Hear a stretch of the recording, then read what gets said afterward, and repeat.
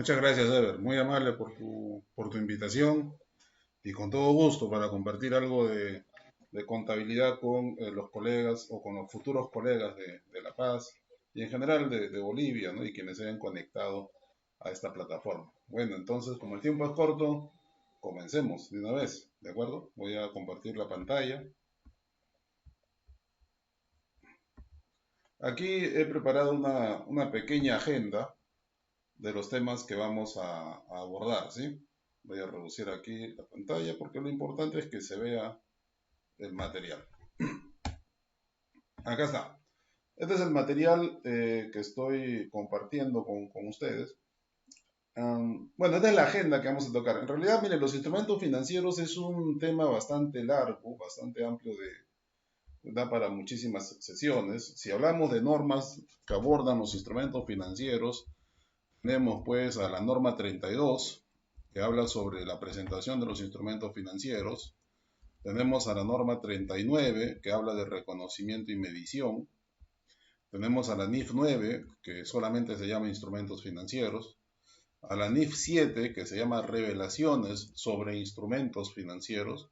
Y a la NIF 13 también la vamos a incluir porque la NIF 13 nos habla sobre mediciones de valor razonable y algunos instrumentos financieros deben llevarse de manera obligatoria a valor razonable. Entonces como pueden apreciar, pues son bastantes normas contables, bastantes NIF, por decirlo de una manera, las que abordan los instrumentos financieros. Entonces, de esa cantidad de normas que tenemos, he seleccionado solo dos para esta conversación y espero que les guste lo que vamos a ver ahora. He tomado temas que me parecen bastante interesantes y que todo contador, al menos un estudiante de contabilidad, debería conocerlo a detalle. Hay asuntos mucho más complicados, muchísimos, como los derivados financieros, pero yo creo que esto para alguien que quiere introducirse en el estudio de los instrumentos financieros está muy bien, está muy bien. Espero que en esta hora de transmisión se entienda lo que quiero transmitir y que podamos entenderlo. Si tienen alguna consulta, igual se anota para el final de la transmisión y lo conversamos, ¿de acuerdo? Muy bien, entonces comencemos con lo que habla la norma. Bueno, antes de ir con estas dos normas, lo que quiero comentarles es también el hecho de que si es que vamos a afrontar el estudio de los instrumentos financieros, lo que tenemos que hacer en primer lugar es determinar o fijar bien en nuestro conocimiento qué cosa es un instrumento financiero, ¿no? ¿Qué es un instrumento financiero? ¿No? ¿De acuerdo? ¿A qué le llama instrumento financiero la norma contable? ¿O cuál es la definición de instrumento financiero? Para no ponerlo en términos muy teóricos, a la forma en que la norma lo dice, una forma sencilla de reconocer un instrumento financiero. Bueno, los instrumentos financieros se dividen en dos partes, ¿no? En activos financieros y en pasivos financieros. Entonces están en ambos lados del balance general o del estado de situación financiera. Están en ambos lados, están como activos o como pasivos financieros. No voy a hablar de instrumentos financieros derivados, eso conlleva mucho más tiempo de explicación. Vamos a hablar de instrumentos financieros que, por así decirlo, le dicen básicos, ¿no? O primarios, ¿no? Como oposición a los derivados. Un instrumento financiero primario, un instrumento financiero primario, un momentito, vamos acá. Un instrumento financiero primario por oposición a lo que es derivado financiero, que ya es un tema un poco más complejo. El activo financiero y el pasivo financiero primario son instrumentos financieros que uno lo identifica fácilmente porque es una partida que tiene dentro de su denominación existe el por cobrar, ¿no? Por ejemplo, una cuenta por cobrar comercial es un instrumento financiero, ¿verdad? Un préstamo por cobrar es un instrumento financiero por el lado de los activos, ¿no? También será instrumento financiero las inversiones en bonos, son instrumentos financieros. En estricto sentido, una inversión en bono es una cuenta por cobrar, ¿no? Porque el que emite el bono promete pagar una corriente de flujos y el que compra el bono tiene derecho a cobrarlos, ¿no? Y también, obviamente, las inversiones en acciones, por decir algunas partidas del activo que son instrumentos financieros. La norma lo define como un contrato. donde se tiene el derecho de recibir una cantidad de efectivo o equivalentes de efectivo. Y todas estas cuatro ejemplos de activos financieros cumplen con esa definición. ¿De acuerdo? Entonces, hasta ahí estamos con activos financieros. ¿De acuerdo? Entonces, no será, pues, instrumento financiero activo las existencias, los activos fijos, los gastos pagos por anticipado, los cargos diferidos. Eso no es instrumento financiero porque no te dan derecho a cobrar nada. Si usted tiene en su almacén mercadería, tenerlo en su almacén no le da derecho a usted a cobrar nada. Eso no es un instrumento financiero. En cambio, esto que usted ve en la pantalla sí son instrumentos financieros. Por el lado de los pasivos financieros, pues serán las cuentas por pagar comerciales, son instrumentos financieros, ¿de acuerdo? Los préstamos por pagar que les tenemos a los bancos serán instrumentos financieros pasivos. Los bonos por pagar, si hemos emitido bonos, también son instrumentos financieros, ¿de acuerdo? Entonces tenemos activos financieros y tenemos pasivos financieros. ¿Qué es esto de acá? Alguien me ha rayado la pantalla, no sé qué es esto. Mire, me han rayado la pantalla. Allá uno de los transmisores me ha rayado la pantalla. Y eso ya no sé cómo se deshace. ¿Ah? Uno de los anfitriones acá rayó la pantallita. Claro, si cambio de pantalla no aparece. Esta línea roja es propio del anfitrión del Zoom. Bueno, no intente borrarlo, porque si intenta borrarlo, peor va a ser. Ya me ha pasado antes. Bueno, entonces tenemos ahí los activos financieros y los pasivos financieros. Una vez que hemos identificado estos, yo les invito a que profundicen más en la identificación de activos y pasivos financieros, porque hay más, pero yo he puesto aquí los principales, los que se ven comúnmente en una empresa. ¿De acuerdo? Entonces, una vez dicho esto, también son instrumentos financieros, por oposición, si alguien ha emitido acciones, perdón, si alguien tiene, mire cómo se amarra la dualidad que hay en la contabilidad que siempre se ve, ¿no? Si alguien tiene una inversión en bonos, ¿verdad? Si alguien tiene una inversión en bonos, es porque, mira, Ever, si me escuchas, están tocando la pantalla y mira cómo está apareciendo unas rayas. No lo toquen, ya, déjenlo ahí. Peor va a ser. Ya me ha pasado antes. Mira, ya ahora aparecieron 4 rayas. Y eso es de quien está manipulando el Zoom allá en La Paz. Mejor no lo toquen, déjenlo ahí, se los recomiendo, en serio. Entonces decía yo, las inversiones en bonos, si alguien tiene inversión en bonos, es porque otra entidad ha emitido bonos. Si yo tengo inversiones en bonos, otra entidad tiene las inversiones por pagar, ¿no? Esa es la dualidad. Y siguen haciendo manchas, yo no sé a dónde vamos a llegar, ¿eh? Entonces, si yo tengo inversiones en bonos, porque compré bonos en la bolsa, quiere decir que otra entidad ha emitido bonos. ¿Me dejo entender? Yo creo que mejor salgo de la reunión y vuelvo a entrar, porque ya ahora sí ya me complicaron la pantalla. Ever, ¿puedes conversar conmigo, por favor? Entonces, decíamos, si una entidad tiene inversiones en bonos, pues otra entidad habrá emitido los bonos. Por eso es que en los pasivos financieros de la otra entidad aparecerá unos bonos por pagar. Pero si una entidad posee acciones representativas del capital social de otra entidad, es de preverse que otra entidad emitió acciones, ¿no? Entonces, por eso es que si alguien tiene inversiones en acciones, otra entidad va a tener ¿qué cosa? Va a tener capital social, es decir, lo que se llama instrumento patrimonial, ¿no? Patrimonial. Entonces, en instrumentos financieros básicos tenemos activos financieros, pasivos financieros y tenemos también instrumentos patrimoniales. Muy bien, esa es una clasificación bastante rápida de entender acerca de los instrumentos financieros. Ahora, entonces, dicho esto, vamos a explicar algunos requerimientos de la norma 32 y si nos da tiempo, algunos temas de la norma NIF 9. Esto, se los recuerdo, estimados amigos, estudiantes de contabilidad, es una breve inducción a los instrumentos financieros, ¿no? Sobre esto hay mucho que estudiar, mucho que leer. Muy bien, comencemos. La norma 32 habla sobre la presentación de los instrumentos financieros, ¿de acuerdo?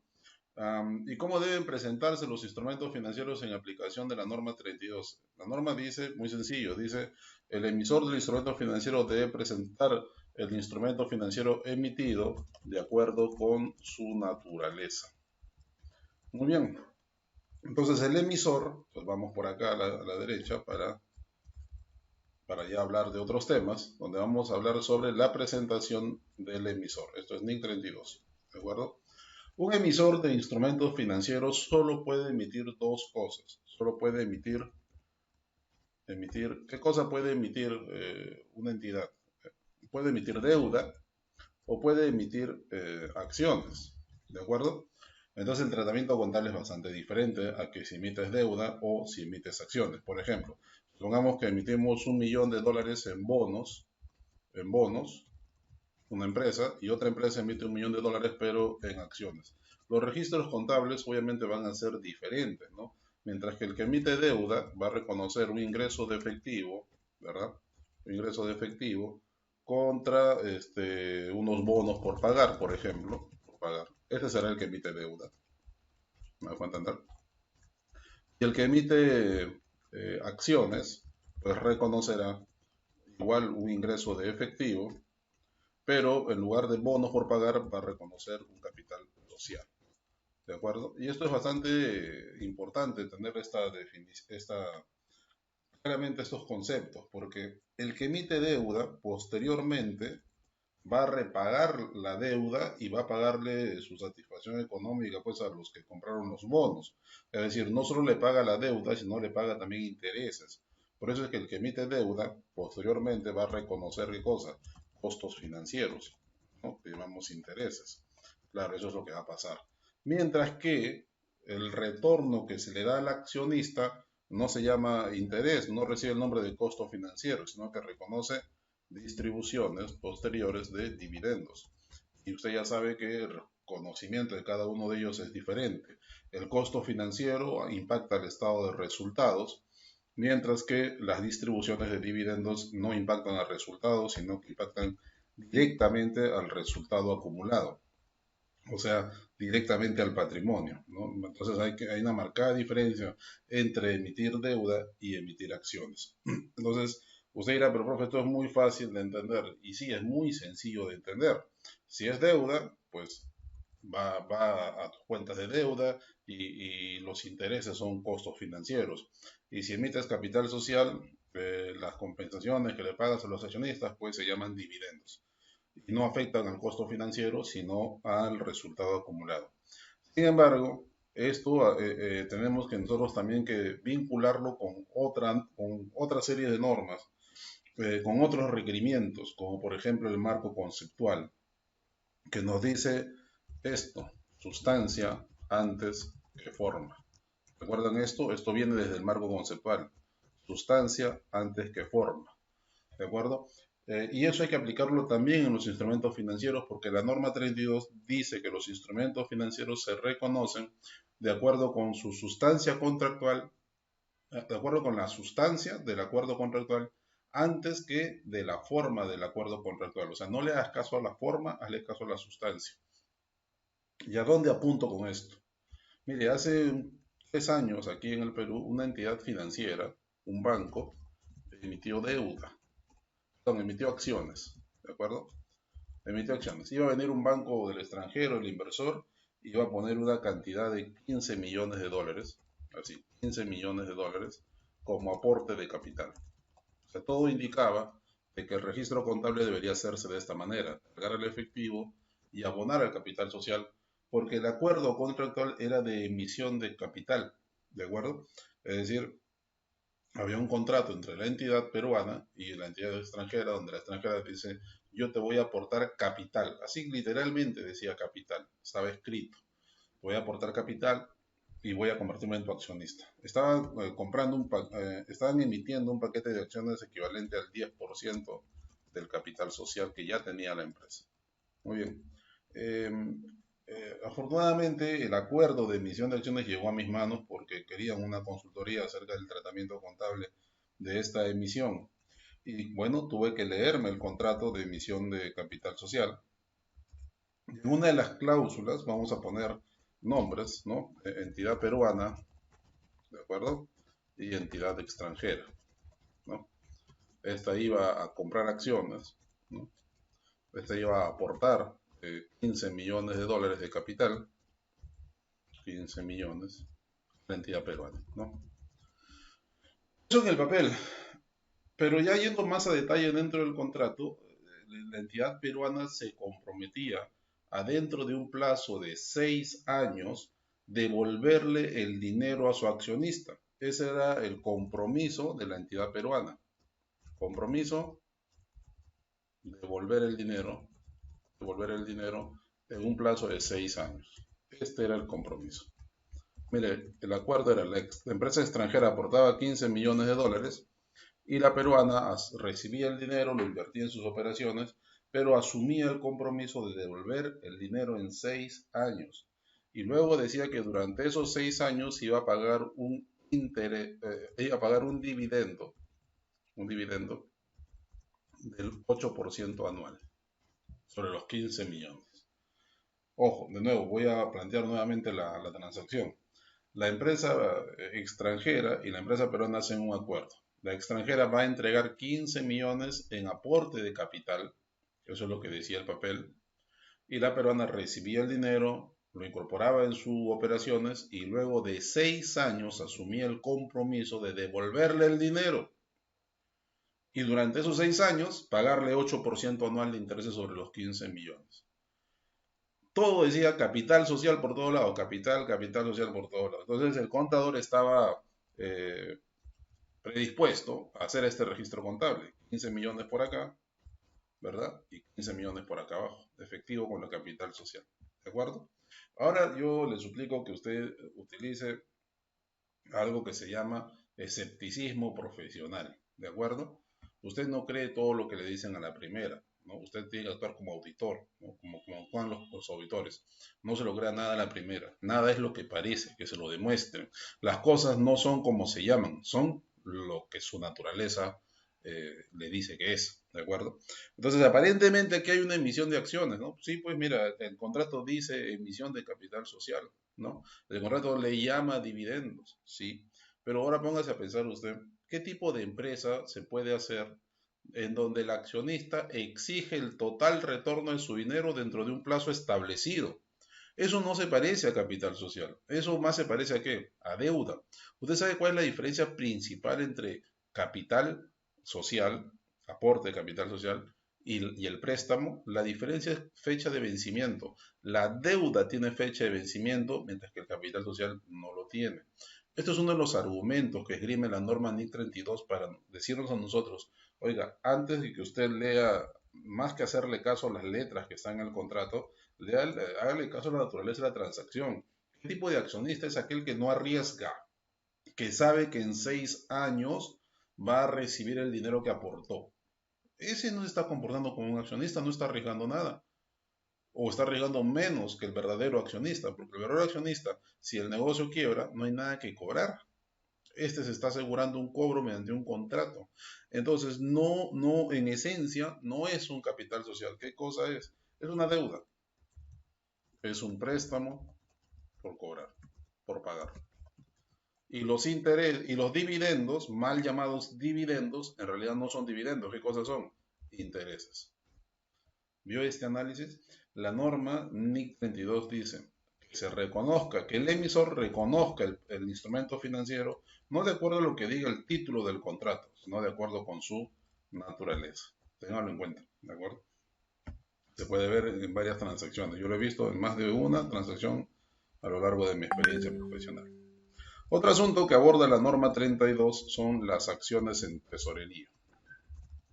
Acciones en tesorería.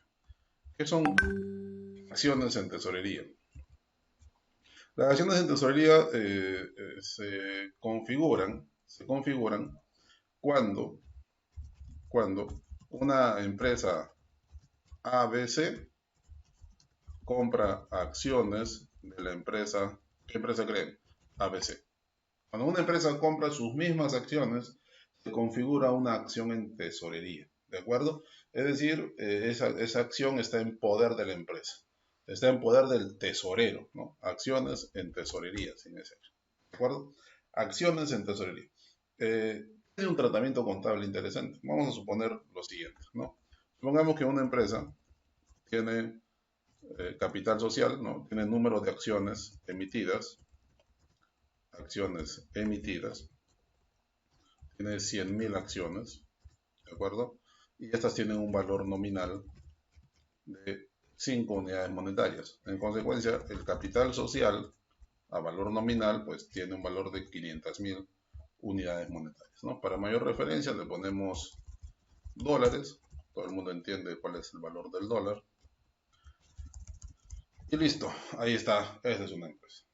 Muy bien, perfecto. Esta empresa podría ir a la bolsa o podría ir a otro accionista y comprarle sus propias acciones. Esa es la transacción que vamos a reflejar acá, ¿no? Compra de acciones propias. Muy bien. ¿Cuántas acciones vamos a comprar? Vamos a comprarnos, suponga que necesitamos comprar 1.000 acciones, ¿ok? ¿Y qué precio vamos a pagar? Obviamente el precio pagado no es el valor nominal, ¿no? Porque el valor nominal es el valor con el cual se emitió la acción. Pues si han pasado varios años, el precio de mercado difiere del valor nominal. Supongamos que pagamos 12 dólares por cada acción. En total, ¿cuánto se habrá pagado? En total se habrá pagado lo siguiente. Ahí está. 12.000 dólares se pagaron por esas acciones. ¿Qué aborda la norma 32? Aborda el registro contable de esta compra de acciones. Cómo la empresa ABC que compra sus propias acciones va a reconocer esta transacción. Bueno, vamos a registrarlo y te voy a contar qué es lo que dice la norma. La norma, bueno, como todos saben, se ha pagado dinero y ese dinero se abona al efectivo, ¿verdad? Se abona al efectivo por 12.000 dólares. Muy bien. Este va a ser mi debe, este va a ser mi haber. Perfecto. Debo cargar, la norma dice el valor en libros, el valor nominal del capital social adquirido se reduce del patrimonio. O sea, por efectos de haber comprado tus propias acciones, tu capital social tiene que disminuirse. ¿En cuánto se va a disminuir? ¿Cuántas acciones compré? 1.000. ¿Cuál es su valor nominal? 5. En ese importe se reduce. Y como usted va a ver, el asiento contable pues no está equilibrado, no está cuadrado. Y como cuando no le cuadra a mi estudiante, amigo estudiante de contabilidad, cuando no te cuadra el balance de comprobación en pleno examen, ¿qué haces? Lo cuadras, ¿verdad? Lo cuadras. Ahí está, vamos a cuadrar. ¿Y ese cuadre a dónde debería imputarse? Bueno, según la NIC 32 dice así, no debe reconocerse ninguna ganancia y ninguna pérdida en la compra de acciones en tesorería. Esto no va ni a resultados, no va ni a gastos ni a ingresos. ¿A dónde va? La norma exige que se vaya al patrimonio. No dice a qué cuenta patrimonial de manera específica, pero yo sugiero que sea a resultados acumulados. Ese es el tratamiento contable de las acciones en tesorería. ¿De acuerdo? Reduce el capital social y cualquier descuadre que haya entre el valor nominal y el valor pagado, pues se va a ir a resultados acumulados. Esto es sobre acciones en tesorería. ¿Qué más? Costos incrementales de instrumentos patrimoniales. ¿De qué trata esto? Bueno, una empresa va a emitir acciones, emisión de acciones, ¿de acuerdo? Suponga que la empresa para la que usted trabaja, donde está trabajando o haciendo sus prácticas preprofesionales, va a emitir acciones en una bolsa de valores. Aquí en Perú hay empresas que han ido al extranjero a emitir acciones. Yo conozco empresas peruanas que han emitido acciones en Londres, que han emitido acciones en Oslo, Noruega, y hay varias que han emitido acciones en Nueva York, en Estados Unidos.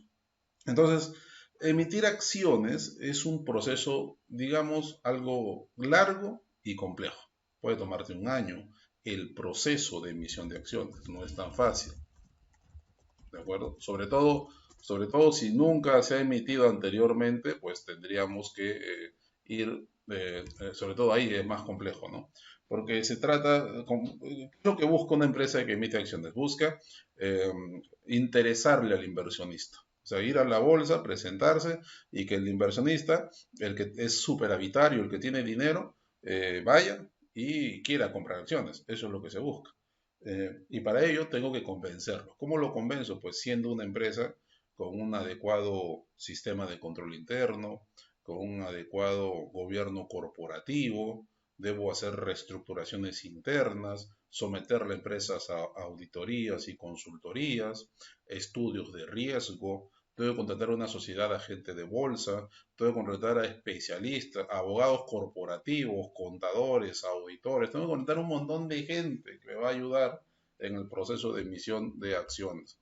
Y obviamente también tengo que pagarle comisiones a la agencia a la sociedad agente de bolsa y también tengo que pagarle comisiones a la bolsa de valores. Es todo un proceso esto de emisión de acciones. ¿Cómo se llama toda la cantidad de dinero que yo voy a invertir en el proceso de emisión de acciones?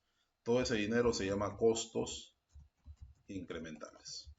Ahí se va a acumular todo el dinero que yo voy a desembolsarle en asesoría, consultoría, pagar a la sociedad agente de bolsa, pagarle las comisiones a la bolsa de valores, todo lo que esté directamente vinculado con la emisión de las acciones se llama costos incrementales. Suponga que una empresa ha incurrido en estos costos que han venido en forma de facturas, boletas, recibos por honorarios, tiene documentos sustentatorios, ¿no? Esos costos incrementales suponga que ha sido por $1.000.000. Y me quedo corto si es que le digo que cuesta $1.000.000. Una empresa peruana se fue a emitir acciones a la bolsa de Londres y su costo incremental fue de $8 millones. ¿Pueden creer? $8 millones. Costo incremental en consultorías y asesorías. Bueno, supongamos que ese es el costo incremental y la empresa decide emitir. La emisión de acciones son estas. Vamos a emitir, pongamos un número más grande, 600.000 acciones. Vamos a emitir 6 millones de acciones a $5 cada uno, es el valor nominal, así que vamos a emitir de $30 millones de capital social. ¿Cómo debo reconocer esta emisión, estos costos incrementales? Bueno, imagínense que un proceso de emisión de acciones pues dure todo un año. Entonces, durante un año estos costos incrementales se van a ir incrementando porque van a venir facturas de los asesores, de los consultores, mes a mes van a venir las facturas. Y esas usted las tiene que contabilizar en una cuenta de gasto diferido, vamos por ahí, porque no es gasto, no es gasto, no es gasto. Pongámoslo en un gasto diferido, ¿de acuerdo?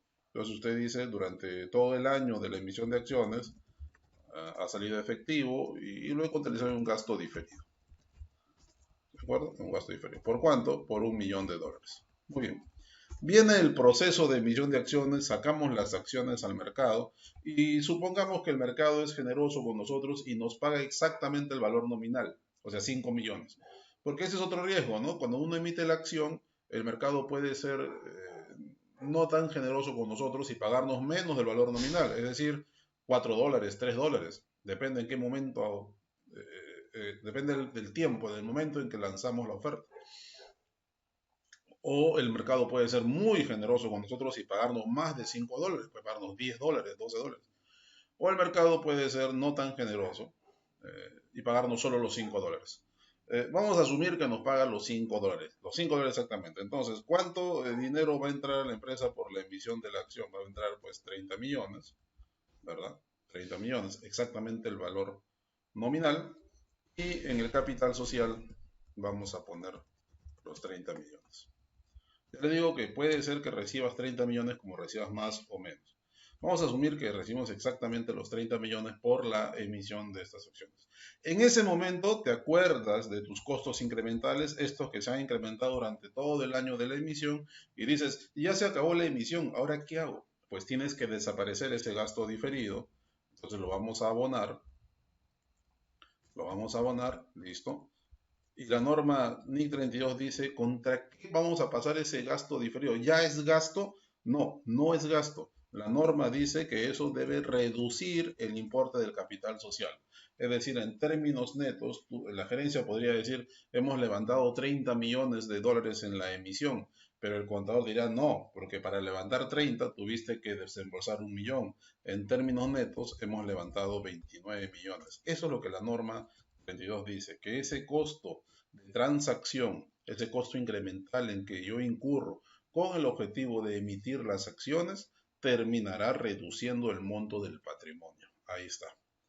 O sea, profe, que esto no es gasto, no es gasto. Mire, y no es gasto contablemente. Y tributariamente, tengo mis dudas de que sea gasto también tributariamente. ¿Por qué?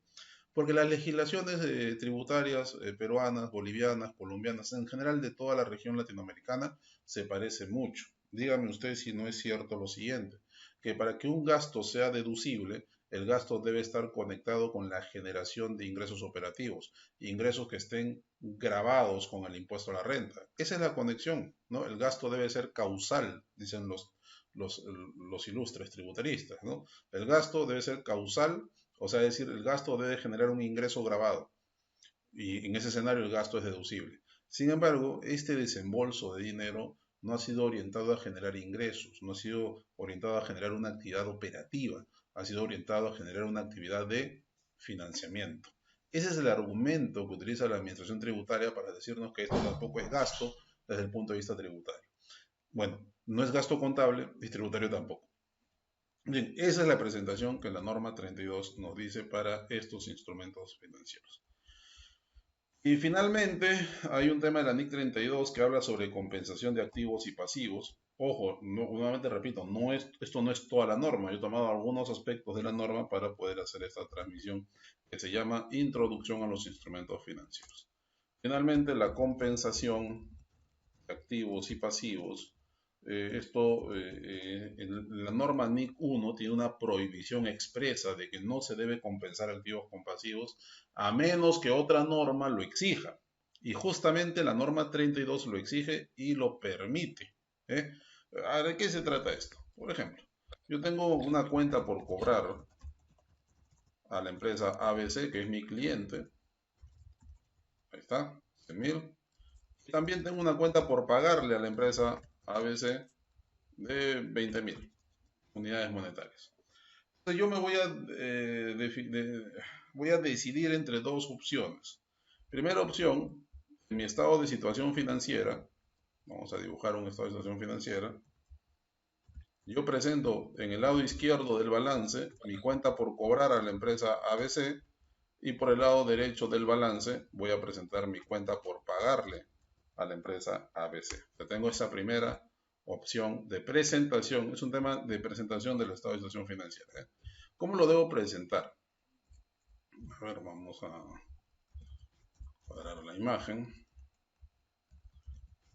¿Cómo lo debo presentar? Así como está ahorita abierto, digamos. Ahorita lo ves ahí abierto entre activo y pasivo. Así lo debo presentar en mi estado de situación financiera. Porque hay otra opción. ¿Cuál es la otra opción? Pues la otra opción es si tú me debes 100 y yo te debo 20, en realidad la empresa podría presentar en su estado de situación financiera otra forma. Podría ser así. 100 menos 20, 80. ¿Cuál de las dos presentaciones es correcta? La norma 32 dice, la norma ninguno por un lado dice nunca compensarás, no compensas. Salvo que, ahí tiene una excepción a la regla, salvo que alguna norma lo permita. Y la norma 32 lo permite solo en un escenario hacer esta compensación. El escenario es el siguiente, que la empresa, digamos, es la entidad, la empresa es la entidad, ¿cómo le llamamos a la entidad? La entidad COVID. ¿Cuál es la condición para que la entidad COVID presente esta cuenta por cobrar neteado de la cuenta por pagar? Dicho de otra forma, compensado, como lo dice la norma 32. La condición es que la empresa ABC y COVID tengan un acuerdo contractual de compensar los instrumentos financieros. Es decir, estos señores, COVID y ABC, han firmado un contrato donde dicen, vamos a liquidar nuestras posiciones, tu posición activa y mi posición pasiva, la vamos a liquidar en términos netos. O sea, vemos quién le debe a quién en total y esa cantidad es la transferida. Si existe ese acuerdo, entonces COVID puede presentar 80.000 nada más y ya no presentar activo contra pasivo. Bueno, esos son algunos asuntos que he tomado de la norma NIS 9. Me hubiera gustado tomar más cosas, pero el tiempo es cruel, ustedes ya saben.